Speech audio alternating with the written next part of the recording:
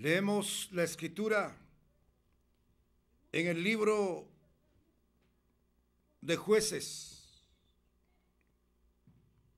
capítulo 2, versículo 10, que dice de esta manera en el nombre del Señor: y toda aquella generación también fue reunida a sus padres. Y se levantó después de ellos otra generación que no conocía a Jehová, ni la obra que él había hecho por Israel. Doy lectura otra vez a la palabra. Y toda aquella generación también fue reunida a sus padres. Y se levantó después de ellos otra generación que no conocía a Jehová, ni la obra que él había hecho por Israel.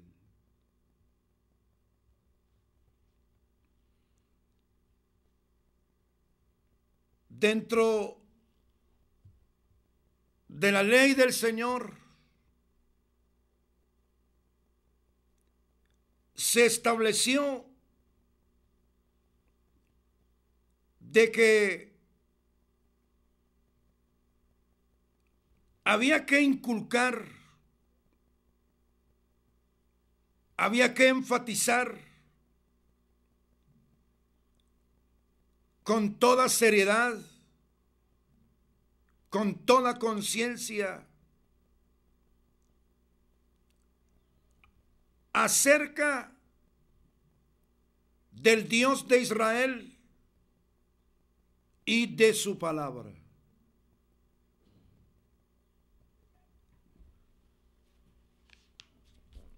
Por eso dice en Deuteronomio capítulo 6, la responsabilidad de los padres en relación al gran mandamiento.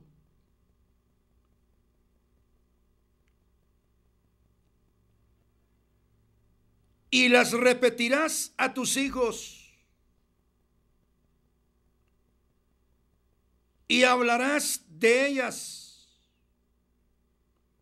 estando en tu casa, y andando por el camino, y al acostarte, y cuando te levantes. Y las atarás como una señal en tu mano, y estarán como frontales entre tus ojos, y las escribirás en los postes de tu casa y en tus puertas.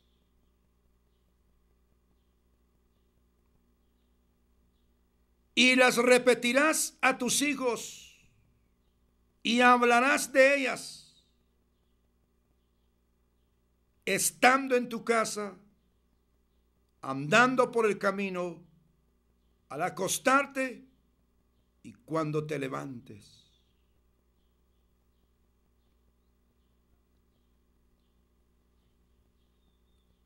Porque una de las cualidades de la vieja naturaleza precisamente es el olvidar.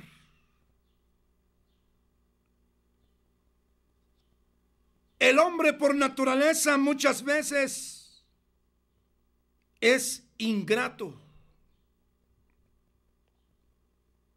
y en especial ingrato con Dios.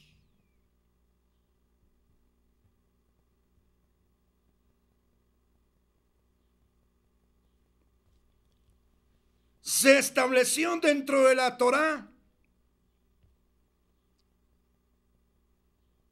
de recordar siempre,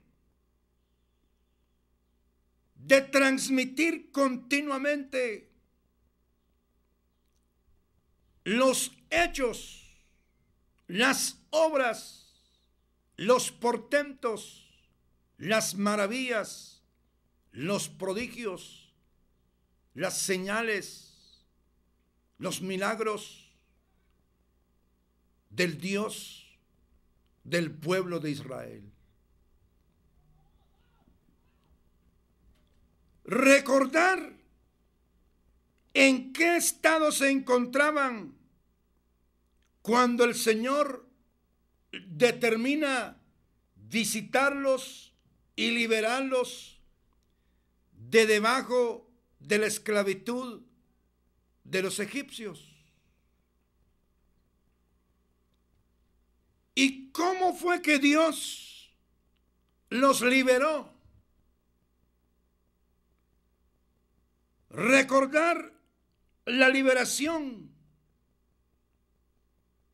a través de la inmolación del Cordero Pascual. Recordarle a su descendencia cómo fue que Dios abrió el Mar Rojo.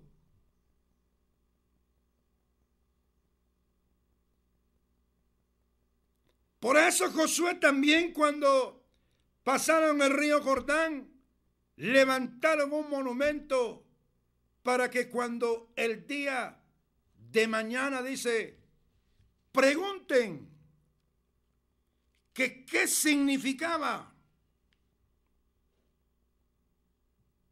¿Qué significaba ese monumento de piedras?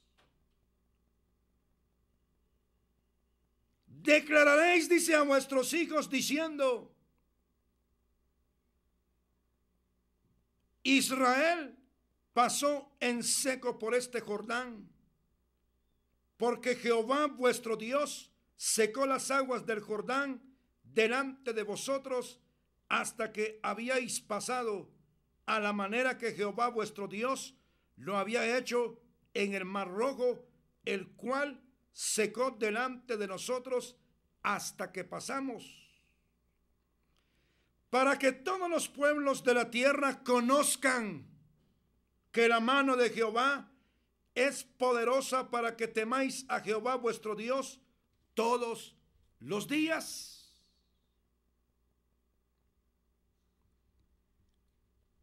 O sea que había que recordar continuamente los hechos, las obras, los portentos de Dios en favor de su pueblo.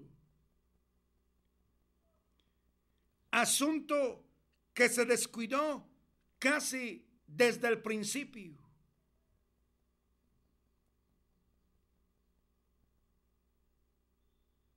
Por eso es que solo dos, Josué y Caleb, entraron a la tierra prometida, porque la mayoría olvidaron las obras de Dios y cayeron en un estado de incredulidad. Mientras Josué se mantuvo fiel a la palabra, fiel a su Dios, al Dios de la Biblia, su influencia se hizo ver, que mientras él vivió, todo el pueblo vivió bajo las órdenes de él, y el pueblo en alguna manera fue cumpliendo para con Dios, pero porque tenían prácticamente la presión de Josué y de los oficiales que temían a Dios. Pero llegó el momento en que murió esa generación. Cuando se habla en el pasaje de la muerte de Josué, pero murió Josué, dice, hijo de Nun, siervo de Jehová, siendo de 110 años, y lo sepultaron en su heredad en Timnat Sera, en el monte de Efraín, al norte del monte de Gaás. Y toda aquella generación también fue reunida a sus padres. Los contemporáneos de Josué, el más cercano y conocido era Caleb, pero también habían hombres y mujeres de la generación de Josué que no conocían, dice, a Jehová ni la obra que él había hecho por Israel. Se levantó después de ellos otra generación que no conocía a Jehová.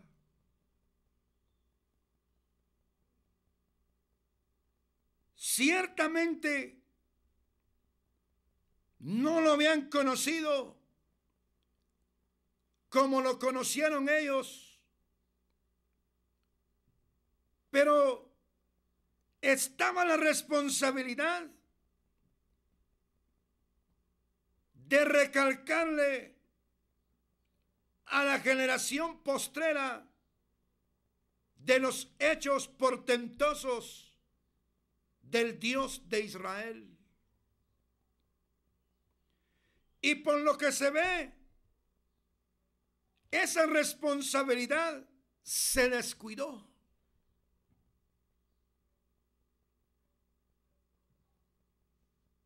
Con una buena parte de la vida en el desierto,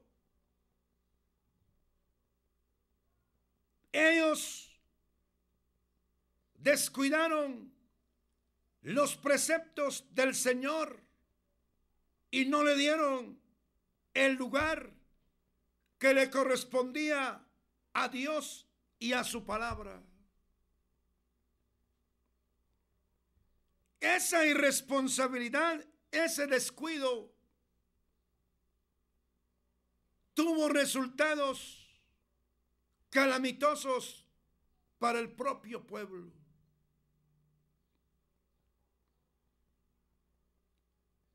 Como no conocían a Jehová ni sus obras, lo primero que hicieron fue quebrantar la palabra, haciendo alianza con los pueblos cananeos y emparentando con ellos. Desobedeciendo la palabra, porque en la alianza y en el emparentamiento iban a ser conducidos a la fornicación y conducidos a la idolatría, y por ende, como resultado, la manifestación del juicio de Dios sobre ellos. Es con esta generación que se entra a una etapa casi de 400 años de apostasía en Israel. En aquellos días, dice, no había rey en Israel y cada quien hacía, dice, lo que bien le parecía. Entraron en una situación oscura, se apropiaron del nombre de los dioses paganos y empezaron a rendirles culto y a adorarlos, quebrantando el primer mandamiento del capítulo 20 del libro de Éxodo.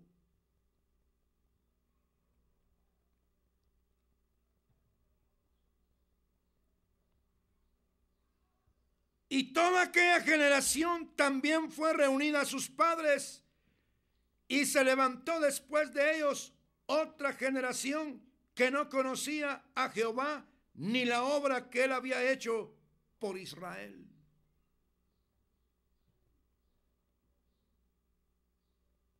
Cuando hay un descuido con la palabra,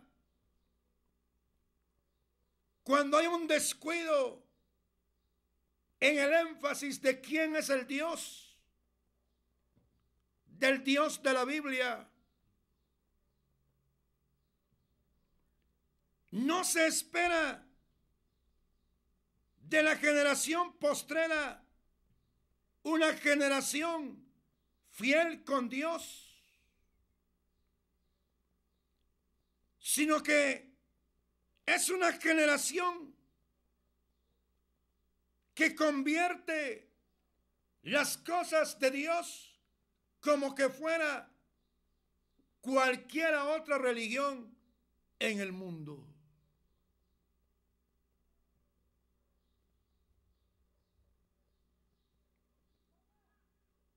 A la fecha,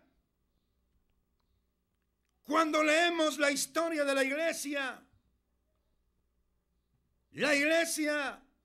ha pasado sus crisis,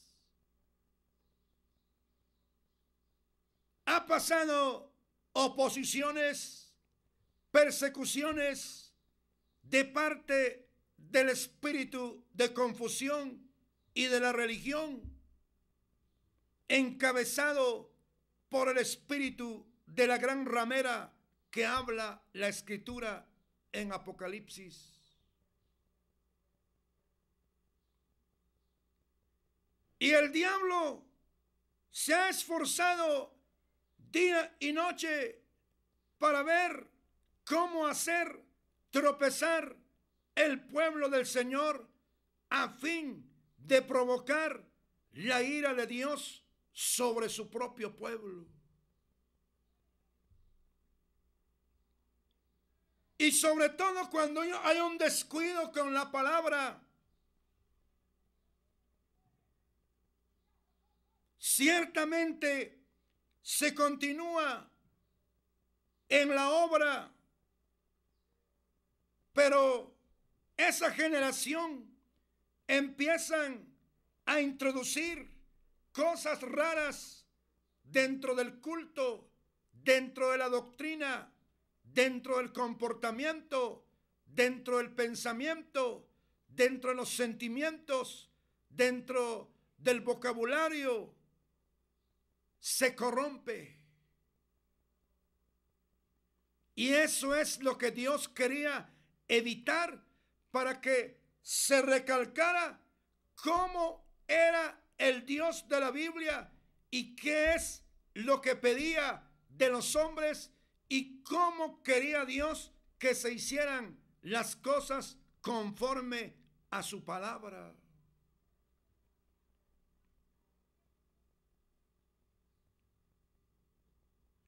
Latinoamérica fue bombardeada por la herejía y la falsedad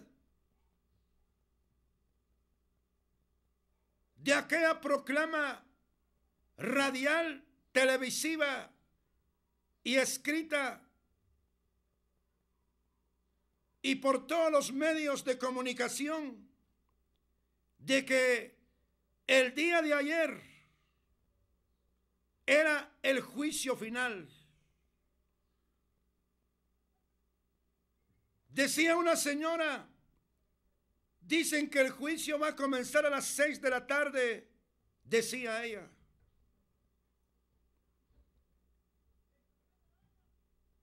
Ya pasaron casi 24 horas y no ocurrió nada de lo que ellos proclamaron, de lo que ellos dijeron. Y sin lugar a dudas, mucha gente fue envuelta en esa proclama diabólica, porque no puede ser del Espíritu Santo, ni puede ser de la verdad, y venga de donde venga, venga de los Estados Unidos, venga de cualquier parte de Latinoamérica, venga de Europa, del África, del Asia, de Oceanía o de cualquier otra parte del mundo, y lo diga quien lo diga, en cualquier tema, en cualquier aspecto de acontecimientos, sencillamente hay que asumir una postura frontal y contraria hacia esas proclamas, hacia esos hechos que envuelven a la gente ingenua y la gente que no ama la verdad, la gente que no ama la palabra, que no escudriña la palabra. Ahora, ¿qué se habrán inventado? Se ha visto en el transcurso de la historia que las sectas se fortalecen, pero llegan a un punto final, llegan a la cúspide y se vienen a pique y fracasan, aunque hay algunos que se mantienen, porque siempre la gente tiene la tendencia de olvidar. Y Dios dice y recalca que no hay que olvidar lo que Él ha establecido en su palabra.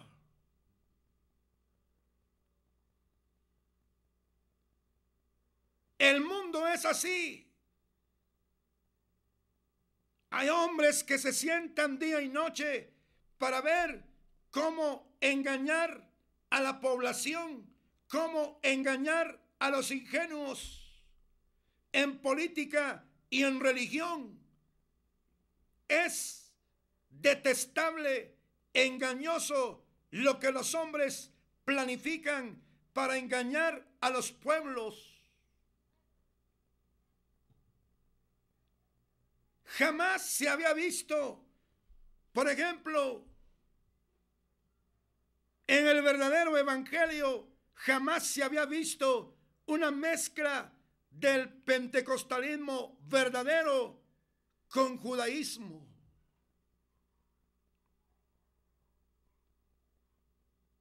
Jamás se había visto que hombres perversos,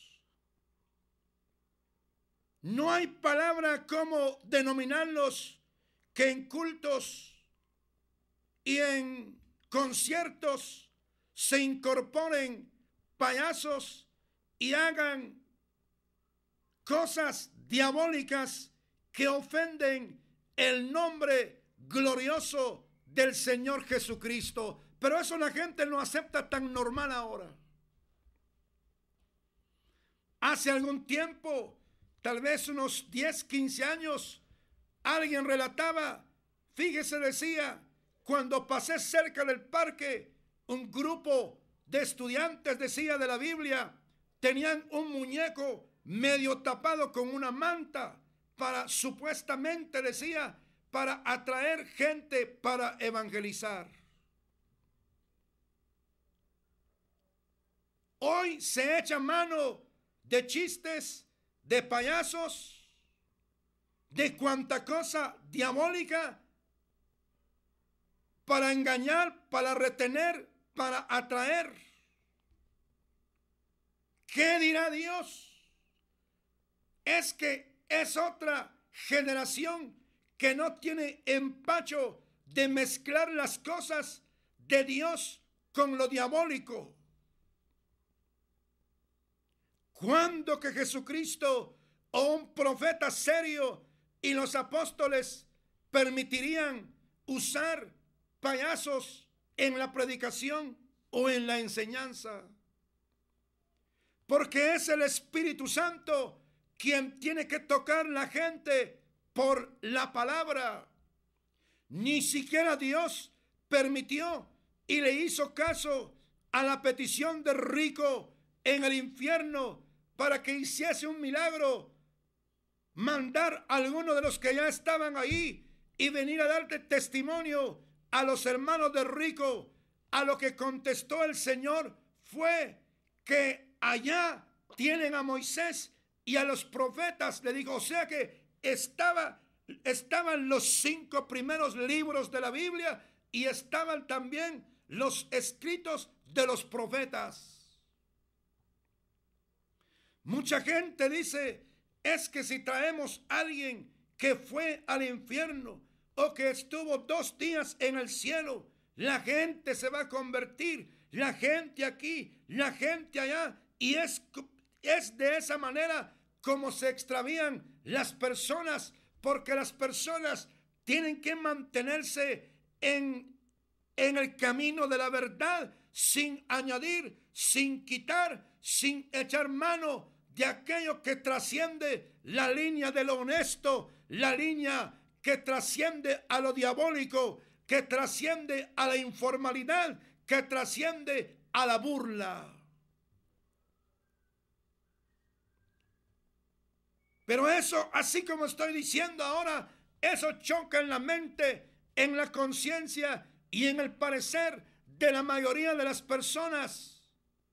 Porque creen que uno no entiende, uno no comprende a los jóvenes, pero Dios no se somete a las generaciones. Dios no dice, es que está tiernito, es que está nuevito, es que aquí y es que allá. Dios no acepta ningún argumento que quiera justificar el error, la falla, la equivocación, la herejía y la doctrina de demonios.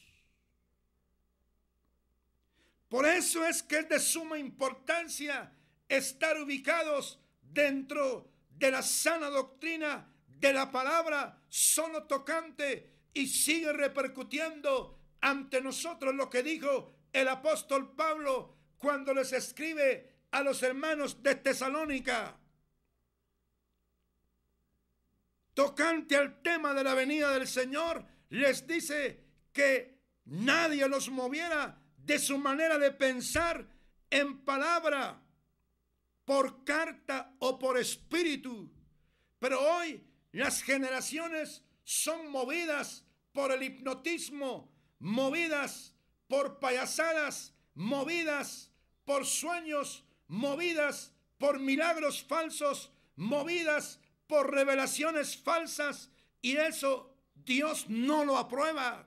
Lo que aprueba Dios es estar dentro de la palabra de Él y orarle a Él y decirle: Señor, líbrame de decir algo, pensar algo o inventar algo y decir como que es tuyo. Líbrame de añadirle a la palabra y quitarle a la palabra. Y Dios es tan fiel que lo guarda a uno dentro de los márgenes de la verdad de su palabra.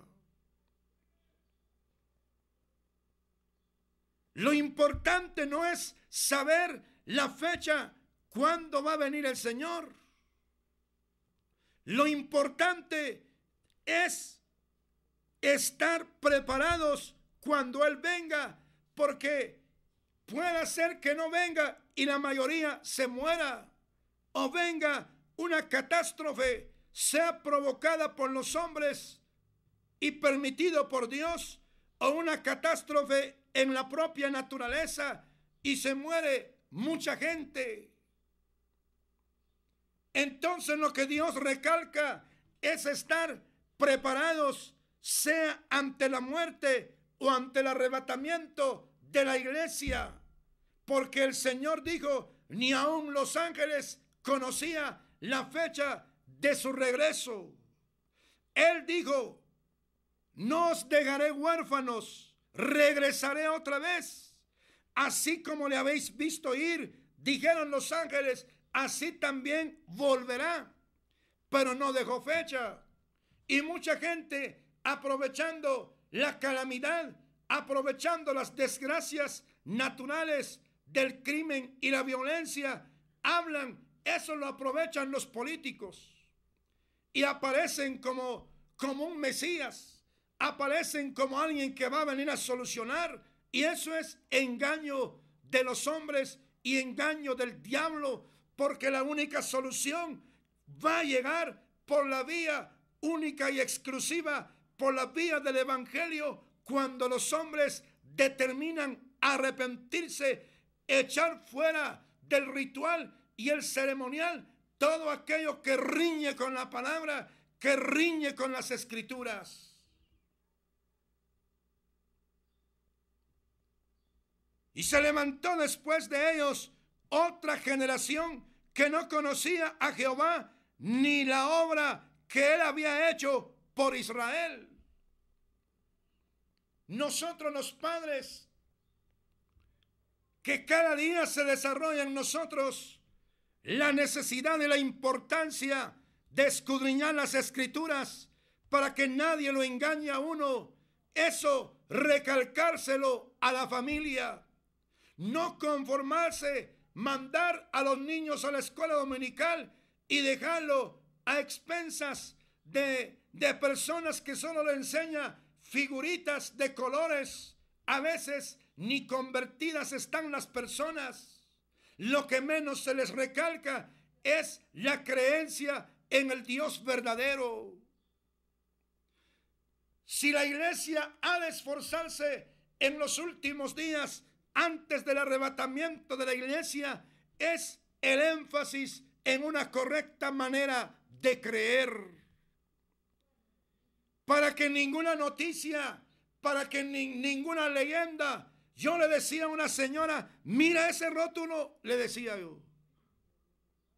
Aseguran que hoy es el día del juicio.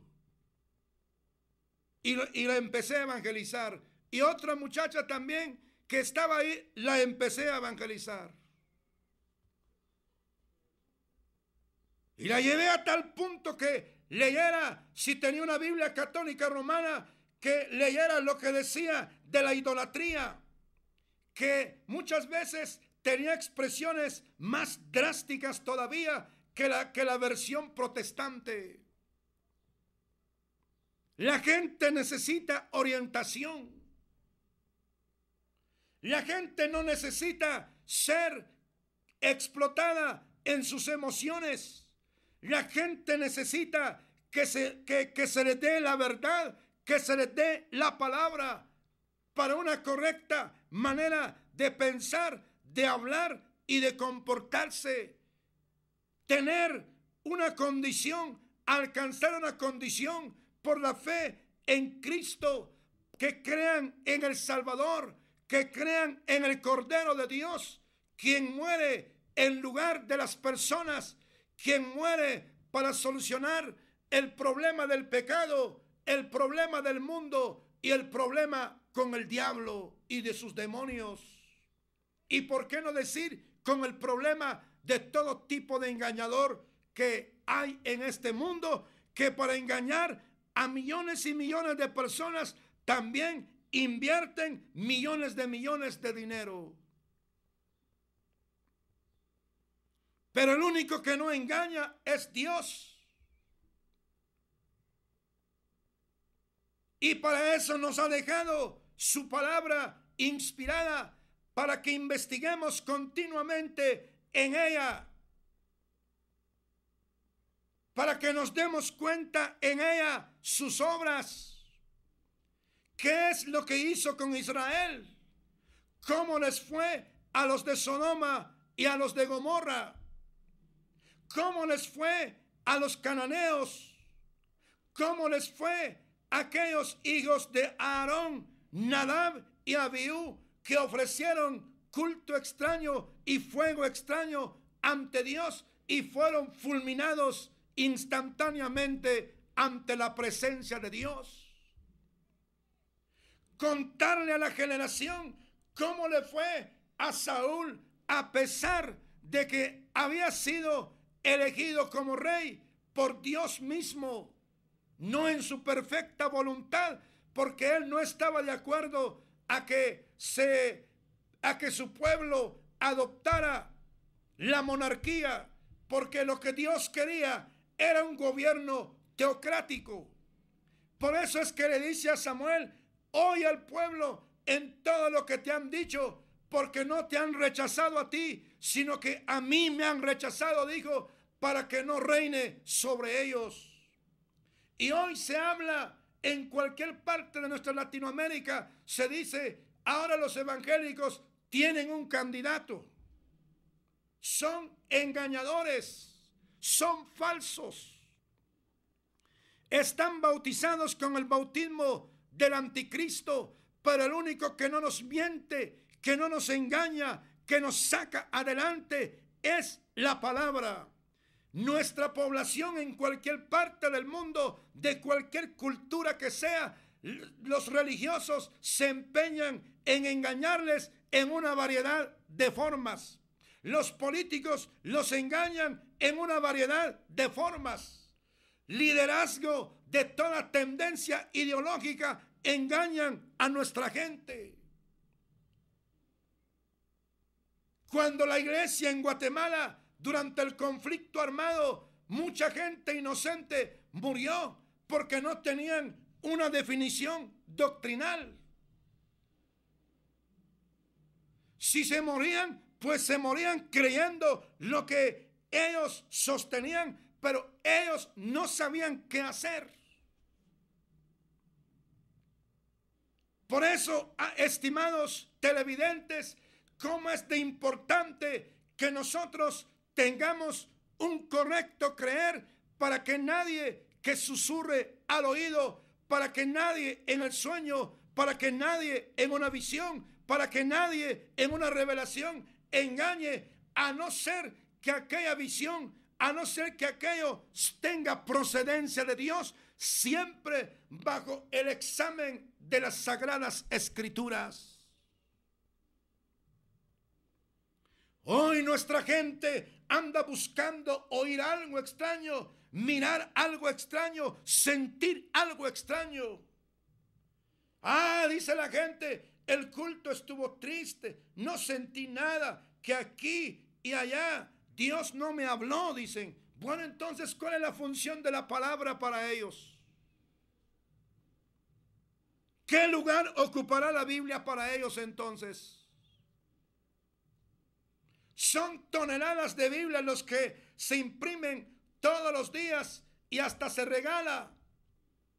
Pero lo que menos hace la gente es dedicarle tiempo a las Escrituras. Es que un pueblo que se dedica a escudriñar las Escrituras, ese pueblo de veras progresa, ese pueblo es liberado de la oscuridad, de la idolatría, de la oscuridad de la superstición, de la oscuridad del engaño, de la oscuridad del crimen, de la oscuridad de la violencia y cuanta cosa pasa a nuestro alrededor.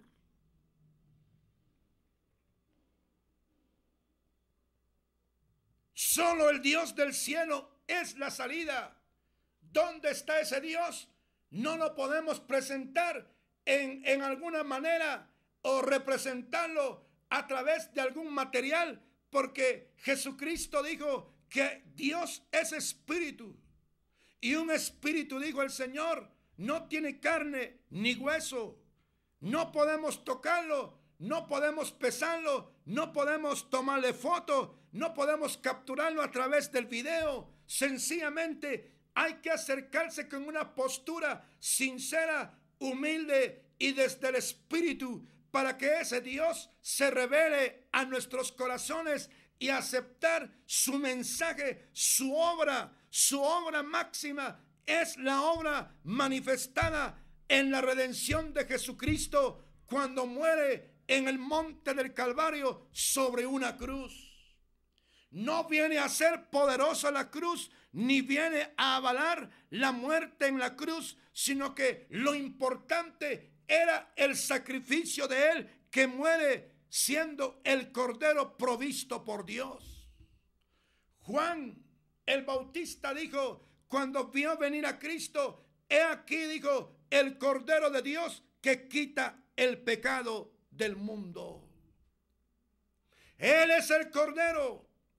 Él es el que fue sacrificado por nuestras culpas, por nuestros delitos, por nuestras enfermedades, por todo tipo de problema, a fin de que el pecado en uno como naturaleza, uno ya no estuviese bajo la esclavitud de dicho pecado, ni bajo el manipuleo del mundo, ni bajo el manipuleo de los demonios, sino que cada día, conforme uno conoce la verdad y uno se apropia de la verdad en la Escritura, cada vez uno se hace libre. Y esa verdadera libertad solo está en Cristo. Los pueblos y los hombres hablan de libertad, pero ellos mismos, dice, son esclavos, dice la Biblia. Esclavos de una variedad de circunstancias pecaminosas y terribles. ¿Qué otra cosa ofrece Dios a los hombres? ¿Qué ofrece Dios en su palabra? Lo que ofrece es que los hombres le pongan atención a su mensaje y cedan en sus corazones creer en este Cristo glorioso, creer en sus palabras. Eso es lo que salva a la humanidad de toda especie de engaño.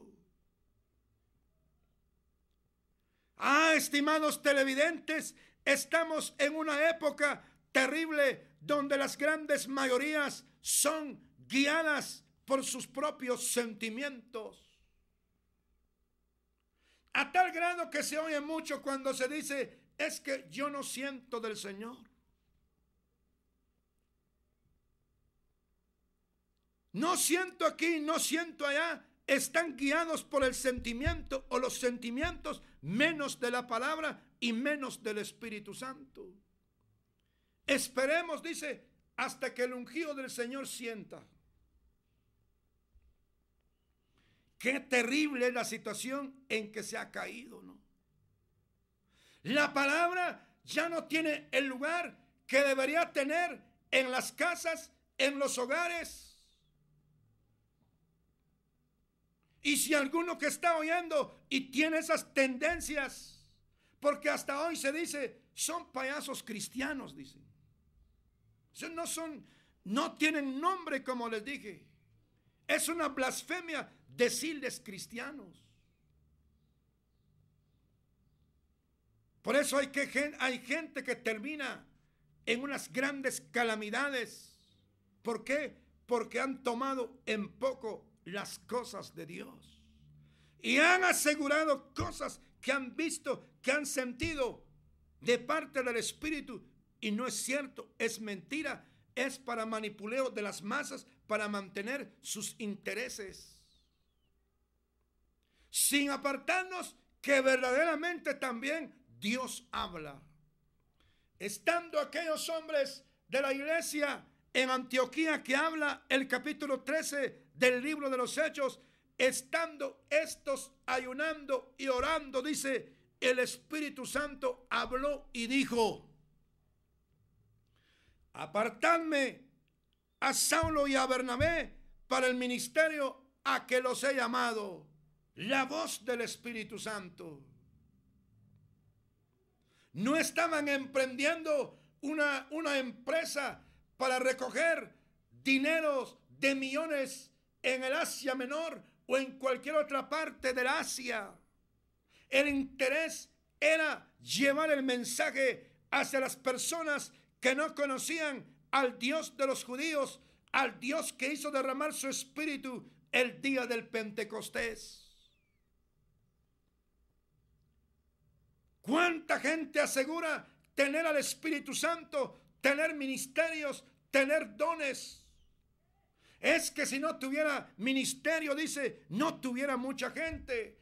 La evidencia para la gente es la multitud, pero no, lo que no se preguntan, lo que el diablo no les deja que se pregunten es que cómo viven esas gentes. Si esas gentes o cuánta de esa gente es convertida.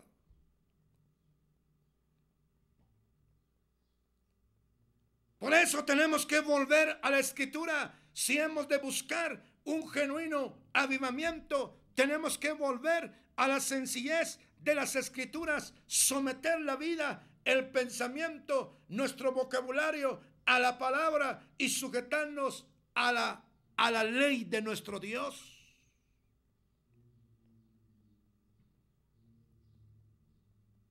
Solo Dios puede ayudar a las personas, pero una cosa es cierta: cuando una persona es sincera con Dios y quiere conocer a Dios y quiere conocer la verdad, Dios mismo propicia para que encuentre el mensaje verdadero. Dios lo puede guiar hacia un lugar donde le entreguen la sana doctrina para que no sea cautivo, que no se ejerza un señorío sobre su vida.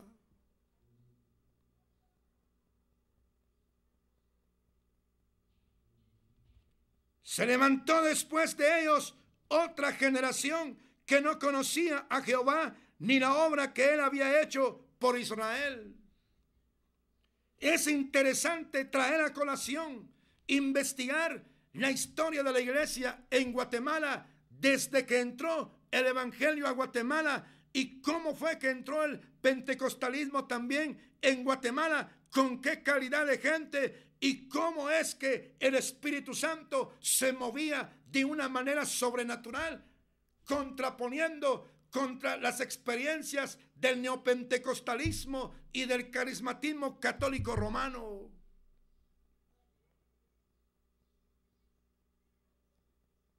Qué interesante recordar la historia de los primeros hermanos, que no se debe de olvidar y hay que repasarlo y recordarlo continuamente dentro de la exposición de la enseñanza y de la palabra.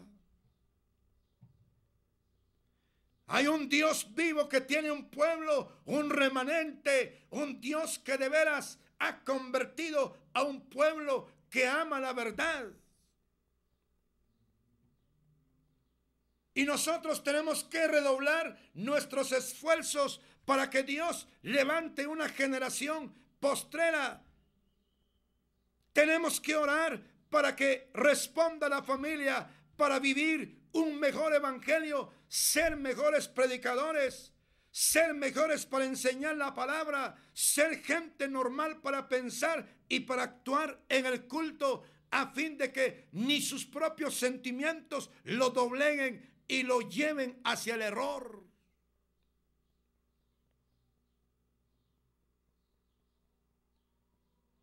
Tenemos que orar, decirle a Dios: Dios, levanta una nueva generación de predicadores que amen tu palabra, que entreguen tu palabra, que busquen tu rostro, que pidan el mensaje.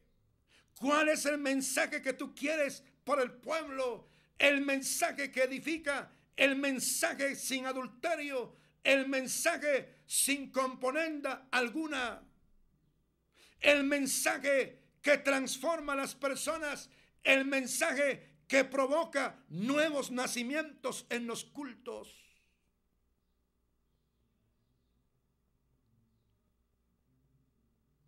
Es crítica la situación que se pasa, donde el remanente va experimentando en alguna manera proféticamente. La iglesia actual está viviendo la condición de la iglesia laodicense.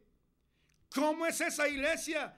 Es una iglesia pobre para con Dios, miserable para con Dios y para consigo mismo, ciego y desnudo. Esa es la descripción que da Dios acerca de la iglesia actual, la iglesia que militará supuestamente hasta el momento del arrebatamiento de la iglesia. Dios bendiga a la gente que aparta tiempo para orar. Dios bendiga a la gente que aparta tiempo para escudriñar las escrituras. Dios bendiga a la gente que tiene temor para predicar y para enseñar, para no quitar y añadir nada a la palabra. Dios bendiga a la gente que agarra una Biblia y agarra un manojo de tratados para evangelizar de casa en casa. Adelante, hermanos, en la obra del Señor, sigamos haciendo lo que nos corresponde hacer dentro del evangelio. Se reconozca o no se reconozca, no esperamos recompensa en este mundo, ni recompensa de la gente. Nuestra recompensa será ante el trono del Señor en las bodas del Cordero. Allí se verá quién es quién trabajó por Cristo, cuánto trabajó por Cristo para la gloria de su nombre. Que no nos absorba esta generación que no conoce a Dios ni su obra. La generación que se necesita es una generación que tenga el conocimiento verdadero como producto de la revelación venida del Espíritu Santo. Una generación que conozca a Dios, cómo es que redime al hombre, cómo es que transforma genuinamente al hombre, cómo es que el hombre hace que sea una nueva criatura.